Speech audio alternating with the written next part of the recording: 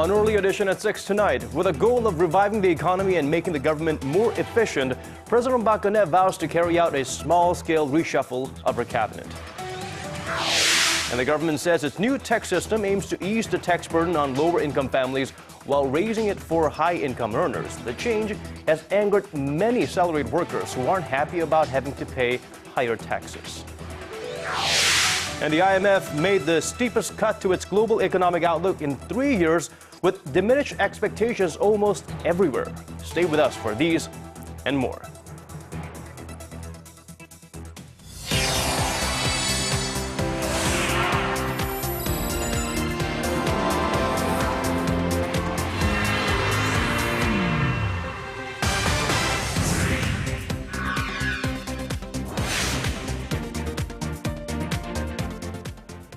It's 6 p.m. on a Tuesday here in Korea. Welcome to Early Edition at 6. Live from Seoul, I'm Lee Ji-yoon. And I'm Daniel Chen. Thank you for joining us.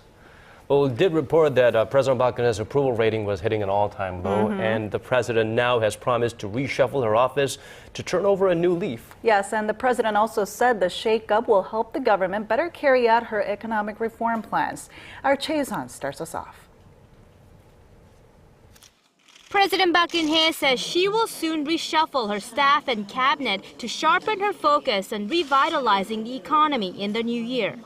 청와대 조직도 일부 개편을 통해서 업무의 효율성을 높이고 심기일전에 일할 수 있도록 하고 지금 공석으로 있는 해양수산부 장관 등 꼭 필요한 소폭 개각을 통해서 새롭게 출발하는 계기로 삼고자 합니다. At Tuesday's cabinet meeting, she also talked about appointing special advisors who would consult with political parties in carrying out her 3-year economic innovation plan of spurring growth through reforms and streamlining red tape. President Park then reiterated what she said at her New Year's press conference, that this year will offer the Korean economy a final chance to recover and make a leap forward.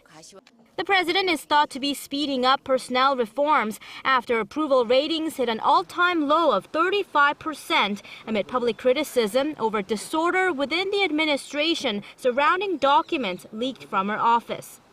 The reshuffle is widely expected to occur before the Lunar New Year holiday next month. Before starting Tuesday's cabinet meeting, President Park, in an attempt to contain criticism about her lack of communication with officials, had a brief but formal tea time with the cabinet for the first time since she took office 2 years ago. Choi Yu-sun, Arirang News. And many salaried workers here in Korea weren't so happy about the country's tax law revisions, saying that they now have to pay more taxes.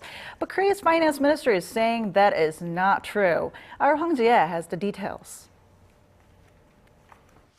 A public outcry forced Korean Finance Minister Park Geun-hye to stand before reporters on Tuesday over the government's change in tax policy. He said the change that comes into force this year aims to redistribute wealth to low-income families. Changing tax benefits from tax deductions into tax credits will raise the tax burden on high-income earners, but will decrease the burden on low-income workers. Many salaried workers have been slamming the government, saying they will face heavier tax burden under the new system. The minister responded that while the government had collected more tax every month and returned the balance later, the new tax policy collects less every month and returns less. But he did pledge to monitor the tax burdens. We are reviewing better ways to settle income tax, including tax reduction for retirees and families with many children. Korea's tax revenue has fallen short of the target in the past few years, with the deficit for last year estimated at around 9 to 14 billion US dollars. For this year, the National Assembly Budget Office estimated the shortfall will reach around $2.8 billion. Hwang Ji-hye, Arirang News. Pyongyang has called for an end to a major human rights campaign after a North Korean defector admitted to changing parts of his story about his life in a prison camp.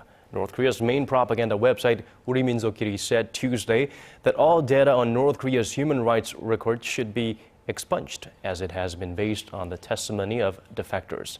Defector Shin Dong-hye gained international attention after the story of his life in a North Korean prison camp was published in 2012. He also served as a witness for the United Nations Commission of Inquiry into North Korea's human rights violation. Shin admitted to revising parts of his story last week, following questions about his testimony from other defectors. Meanwhile, a South Korean activist group flew 100,000 anti-North Korea leaflets across the inter-Korean border Monday night. The leader of the civic group, Fighters for a Free North Korea, said Tuesday that the leaflets were sent from the border city of Paju by some 20 U.S. activists from the Human Rights Foundation. However, they didn't send DVDs of The Interview, a comedic film about an assassination plot against North Korean leader Kim Jong-un.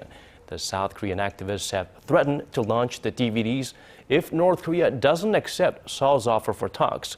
Last week, the government asked civic groups to refrain from launching such leaflets, as doing so would likely stir up tensions on the Korean peninsula. U.S. intelligence apparently has been tapping into North Korea's computer networks to track down North Korean hackers long before the North hacked into Sony Pictures. If this is true, then some are asking, why wasn't it able to prevent the hack attack on Sony? Here's our Kim Hyun-bin. The U.S. National Security Agency has exploited North Korea's computer systems since 2010 in a top-secret cyber operation conducted with the help of South Korea and other U.S. allies. A report published in the New York Times on Monday says the American spy agency probed Chinese networks that connect North Korea to the outside world, getting direct access in the north. The paper quotes officials who say malware was placed in Pyongyang's computer systems so the NSA could track networks and computers used by North Korean hackers, a force the South Korean military estimates at roughly 6,000. Most are controlled by Pyongyang's main intelligence service, the Reconnaissance General Bureau, and Bureau 121, a covert hacking unit that has a large outpost in China. Before the Sony case, the United States had never directly accused another country of launching a cyber attack on it. Senior military officials say the evidence gathered through the software and presented to President Barack Obama left them no doubt that Pyongyang was responsible. One former U.S. official said that when the U.S. first gained access to the North's computer networks, it was mainly focused on the North's nuclear program and its leadership, as well as direct military threats to U.S. and Seoul. But the surveillance program was expanded after a destructive attack on South Korea's banks and media companies in 2013. The story is now raising questions among experts in the U.S. about why. According to one source, American intelligence agencies couldn't really understand the severity of the situation given the time they spent inside the North's computer networks, and why they weren't able to warn Sony about the attack. Kim Hyun-bin, Arirang News.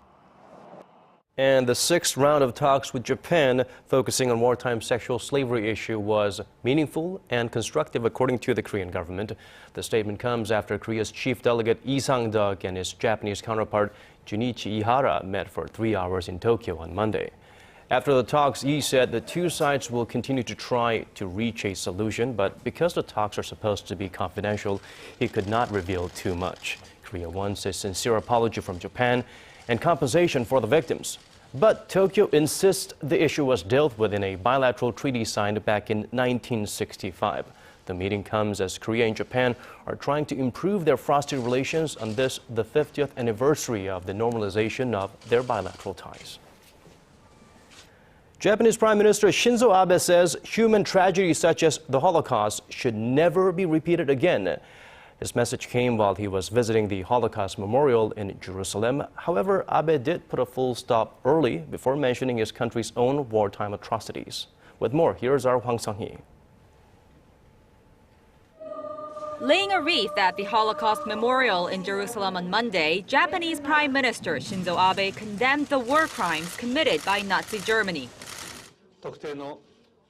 Today, I learned how merciless humans can be by singling out a group of people and making them the object of discrimination and hatred.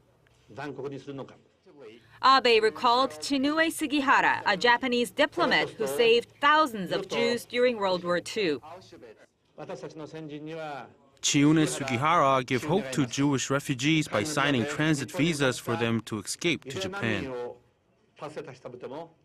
A senior Japanese foreign ministry official said the message was to cover Abe's overall diplomacy for this year, which falls on the 70th anniversary of the war's end. But Abe made no mention of Japan's own wartime atrocities, such as its sexual enslavement of some 200,000 women, many of whom were Korean. Such acts are seen as part of Abe's efforts to dispel international misgivings that he's trying to revise history.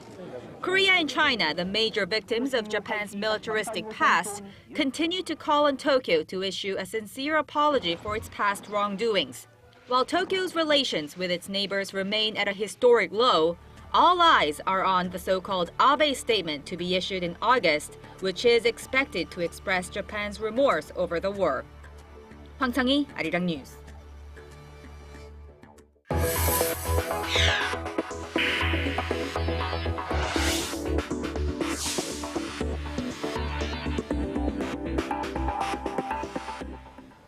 The Chinese economy posted lower than expected growth last year for the first time since 1990. But the world's second largest economy isn't alone when it comes to weak economic growth. Our Shin Se-min reports.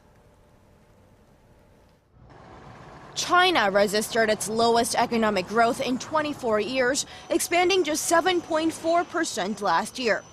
Although it missed a government target by just 0.1 of a percentage point, it was the first time in 16 years the economy had missed a target.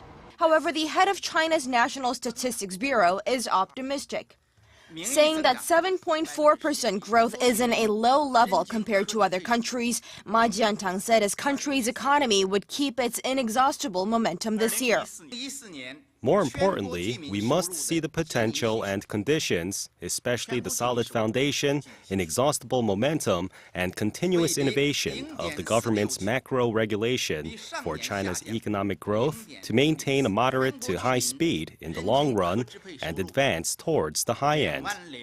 China's economic data corresponds with revised predictions for the global economy from the IMF on Tuesday. The fund made a sharp cut to its projections to 3.5% this year, down from its previous estimate of 3.8% made in October. The organization lowered its expectations on the back of the slowing Chinese economy, the mounting recession in Russia, and a weak European economy. The institution ratcheted down the forecast for next year as well to 3.7%. The IMF downgrade comes just a day after the World Bank slashed the global growth forecast to 3% from 3.4%, warning that the world economy is heavily dependent on the U.S. economic recovery. The lowered outlook is expected to impact the unemployment rate across the world. The World Employment Social Outlook report by the International Labor Organization said that over 210 million people will be left without jobs by 2019, up from around 200 million today. Shin Se-min, Arirang News. Korea is looking to save some big bucks this year thanks to cheaper global oil prices. With the country's oil consumption cost expected to hit its lowest level in 4 decades, analysts say Korea could save up to $40 billion this year. Our Kim Min-ji has this report. Korea is expected to benefit from tumbling crude prices. According to the IMF and the Korea Energy Economic Institute, the cost of Korea's oil consumption is expected to drop to 1.7% of the GDP this year. That's the lowest level in 45 years. The estimate is based on an IMF forecast for global oil prices of $56.7 per barrel this year, a drop of 41% from a year earlier. The price slump of oil, along with other energy sources, is expected to create economic benefits for Korea in savings of between $19 billion and $38 billion. But who stands to see the biggest savings? For starters, households are expected to save an average of about $300 a year. It's estimated that oil consumption will make up about 3.5% of their total spending this year, down from roughly 4.3% last year. Businesses are likely to see savings as well. Analysts estimate that for every 10% drop in oil prices, Korea's exports jump 0.5% and production costs fall 1%. And considering that the IMF estimate for the global oil price is down more than 40% from last year, Korea's exports are expected to jump more than 2%, and the manufacturing sector would save about 4% in production costs this year. All in all, households are expected to save at least $10 billion, businesses $4 billion, and the government $2 billion. Experts say the economic benefits from the price drop will begin to show in the second quarter of the year. Kim Min-ji, Arirang News. Meanwhile, Korean exporters might have had a tough time competing in the global market last year because of a weak Japanese yen. The latest figures from the Bank of Korea show that 100 Japanese yen traded at around 997 Korean won last year, with the won appreciating nearly 13% during the year. It's the first time in 7 years that 100 yen traded below the 1,001 mark. In fact, an official from the Bank of Korea says the won could have appreciated even further with the strengthening of the U.S. dollar. However, there was a limit due to Korea's all-time high current account surplus of $11.4 billion in November. From pony to Echo's, Korean car makers have come a long way, and now they rank 5th in terms of global auto production, and it's number 3 in terms of auto exports. Our Kim Young-gil takes a trip back in time to help us look at the last 60 years of the Korean auto industry and how companies like Hyundai and Kia have established themselves as the giant among giants in the global market. It's been 60 years since Korea manufactured its first car, the Sibal, back in 1955. The car, whose name translates as New Start, was created by adding a Korean engine to a U.S. military Jeep. Later in the 60s, the Korean government announced a series of measures to promote the auto industry. These efforts led to the establishment, in conjunction with foreign automakers, of 3 automobile companies, 2 of which are still in business, Hyundai and Kia Motors. With the technical assistance, Korea built its first modern assembly facilities and began assembling cars. Through continued collaborations with foreign car companies, Korea's first homegrown automobile, the Hyundai Pony, was built in 1975. Hyundai chalked up another first when it exported the Pony to South America in 1976. Then in the 80s, Korean automakers began focusing on developing mass production systems to build an export-oriented industry. And on January 20th, 1986, Hyundai entered the U.S. market with its Pony XL. It sold more than 168,000 cars, setting a record for selling the most cars in its first year of business. 3 years later, on the back of its initial success in the export market, Hyundai began designing and producing vehicles with its own technology. Last year, overseas shipments of Korean vehicles stood at more than 3 million units, and the value of Korea's auto exports reached an all-time high of nearly $49 billion. Hyundai and Kia Motors said Tuesday they had exported 100,000 vehicles for each of 17 car models last year. Now, as they pass the 60-year mark, Korean automakers are plugging into the latest trend and developing eco-friendly vehicles. Kim Young-gil, Arirang News. And it's time for part 205 of our Korean Startups special series. Today we focus on one specific startup in the food delivery business that has broken new ground. Our Kim Ji-yeon tells us some secrets to their success. A number of apps have popped up in recent years, enabling users to order food without ever making a phone call. One of these is 배달민족 by a startup company called Ua Brothers, and it's getting a lot of attention. The app, launched in 2010, is known for its user-friendly mobile platform. A commercial for the app, which looks like a movie trailer, went viral on social networking sites and YouTube. 배달민족 currently dominates the app-based food delivery sector, estimated to be worth 1 trillion Korean won or $928 million. Over 5 million deliveries were made through the app last month alone, with 150,000 restaurants participating nationwide. But what makes this company stand out is its potential, fueled by a major investment from Goldman Sachs. I think the $36 million investment from Goldman Sachs shows a level of confidence, not just in 배달민족, but the Seoul startup ecosystem. There's a great level of talent. There are wonderful universities here pumping out incredibly educated students. There is investment coming in. And then the most important thing, there's drive and hunger to want to build. What's the secret behind getting so much attention? What's the secret behind your success? Sure. I think one of the best things about this company is that because of the structure that we have, anybody at any level can voice their opinion, and their opinion is extremely valuable. This flat structure helps to better cater to consumer trends with the timely execution of ideas. It also sets the company apart from most Korean firms and startups that follow a top-down structure. So what's next? It plans to broaden its takeout focus to include all types of restaurants. The company also wants to go global. It has already partnered up with Line, a mobile messaging app owned by Korea's largest portal Naver, to expand into Japan. Kim Jeon, Arirang News. Here in Korea, we often refer to Panzori as our version of opera. Right, and like the opera, there are many hundreds of years of history behind it. But now this traditional form of musical storytelling is in danger of becoming a dying art. Well, luckily, there are people trying to stop that from happening, and our Im Yoon-hee tells us more. Some say it's never too early to begin training. At the young age of 8, these little girls have begun a journey unfamiliar to most kids their age. Their ultimate goal is to become a Panzori master. To make sure they get there, they've been taken under the wing of one of Korea's leading Panzori masters, an effort aimed at producing a new generation of performers. But it's the passion of these young artists that makes the biggest impression. As the drum is being played and I hear the voices of others and my mood is lifted, sometimes I even want to dance.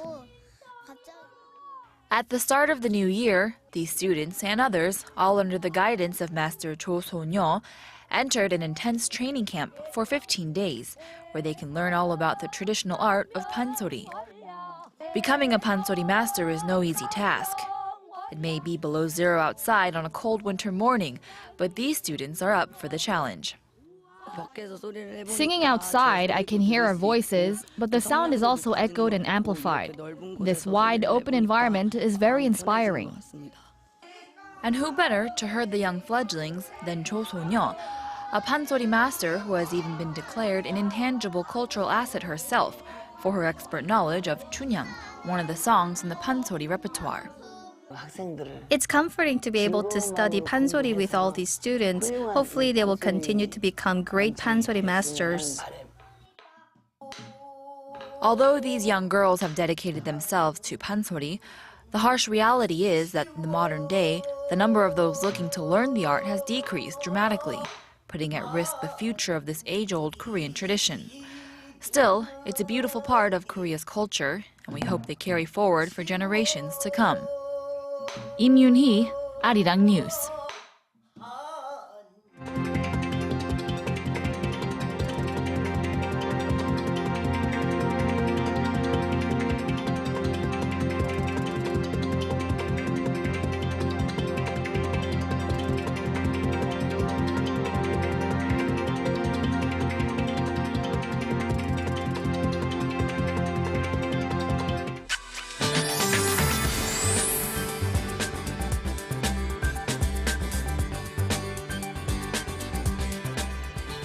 Welcome. Anomalies continue in terms of weather. Today was supposed to be one of the coldest days of the year, but according to the lunar solar calendar, that is apparently, but it turned out to be a very mild spring-like condition. Yeah, I loved it. I mean, it's so much warmer than what you would expect during this time of the year. Well, let's find out if this is going to continue by turning over to Michelle Park at the Weather Center. Michelle? Good evening, guys. We've been having above seasonal temperatures for the last couple of days, and tomorrow and the rest of the week looks very favorable with some milder readings along with some precipitation that's in store for us tomorrow and on Thursday. Now, looking beyond the peninsula, our nation is getting cloudier and cloudier, and also let's not forget that we still have this dry weather advisory along the east and south coastal regions. Now, with this ongoing dry weather conditions, there are lots of people these days with skin problems and dry eye syndrome. So make sure to take extra good care of yourself by following some of these tips that we have for you. Now with that in mind, let's go over to our temperature readings for tomorrow. So we'll start off the Wednesday morning at -1 and gets up to 6 in the afternoon. Meanwhile, the southern cities such as Daegu and Busan will top out at 8 and 9 degrees respectively. Now moving over to other regions such as Jeju Island gets up to 10, Dokdo hits 7, while Mangkeungang dips low to -1 degrees. Well, that's all for now. I'm Michelle Park, and I hope you have a wonderful evening. Well, thank you for that, Michelle. That's all from us. Good day or good evening, depending on where you're tuned in from. This has been Daniel Che. And I'm Lee Ji-yoo, and we hope to see you right back here, same time tomorrow. Thanks for watching.